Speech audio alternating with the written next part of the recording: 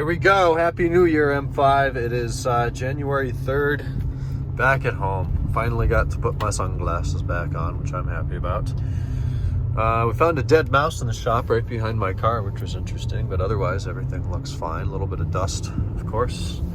It's a beautiful day. I'm going to take the Del Dios west through Rancho, head over to La Jolla, pick up Larissa, and then we're going to spend some time, I don't know, walking or sightseeing, driving coast roads or something like that over there. And then there's a horribly annoying 4 o'clock Sunday Laker game today that I would like to see. And it gets dark early enough, so we'll go back and see some of that, get some dinner. And then really this next week is when things get crazy. I will give you an update on all of the jobs pending at the shop. There's a lot of them.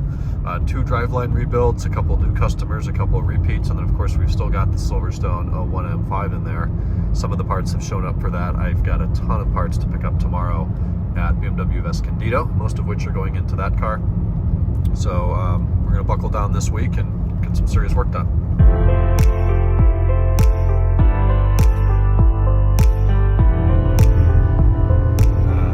It's good to be back in the BMW 5-3.